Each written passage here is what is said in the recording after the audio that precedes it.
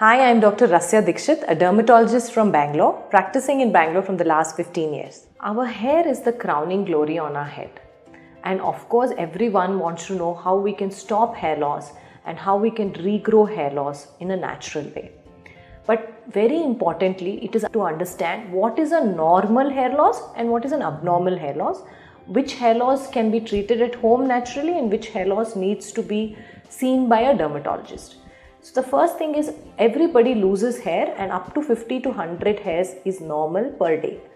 But if you have already started getting scalp thinning or if you are balding and there is some patches on the scalp which are visible, then this 50 to 100 is not a normal number for you. So this normal is a definition which is, has to be described based on the amount of hair which is already existing on your scalp. What are the common causes of hair loss? Hair loss can be acute, that means it has of sudden onset, or hair loss can be chronic, that means it has been going on for months and years. Acute hair loss usually follows some event such as viral fever, like this COVID related illnesses. We have been seeing post-COVID, lot of people coming down with hair loss, and post-dengue or typhoid there is significant hair loss. Also after delivery, pregnancy and delivery there is a lot of hair loss. Post-surgery there is a lot of hair loss. Associated post-exam or stress, severe stress, there can be hair loss. The other is the chronic hair loss. Chronic hair loss usually has some kind of heredity as a background.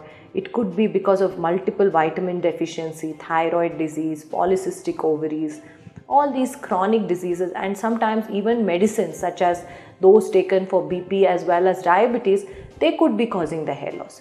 So once we come to know what is the cause of the hair loss, it becomes easier to treat the hair loss.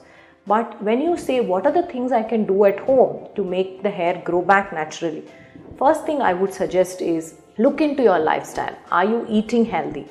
A high protein diet, proteins being almonds, sprouts, walnuts, dairy like paneer, milk, curd, then your millets as well as dal, rajma, chole, all these foods along with eggs and meat in non-vegetarians have a big amount of protein. A good protein serving is about 4 to 5 different kind of proteins in your meals every day. The second is to take a lot of green leafy vegetables, that is your iron containing food, as well as dates in your diet to increase the blood flow to the scalp.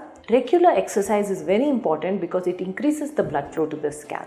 The other thing that we should do is to cut down on smoking and junk food. This will again increase the scalp health.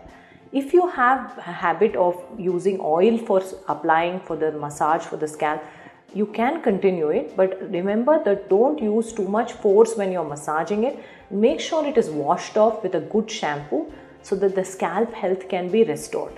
Using oiling during the time of hair fall itself can actually accelerate the hair loss.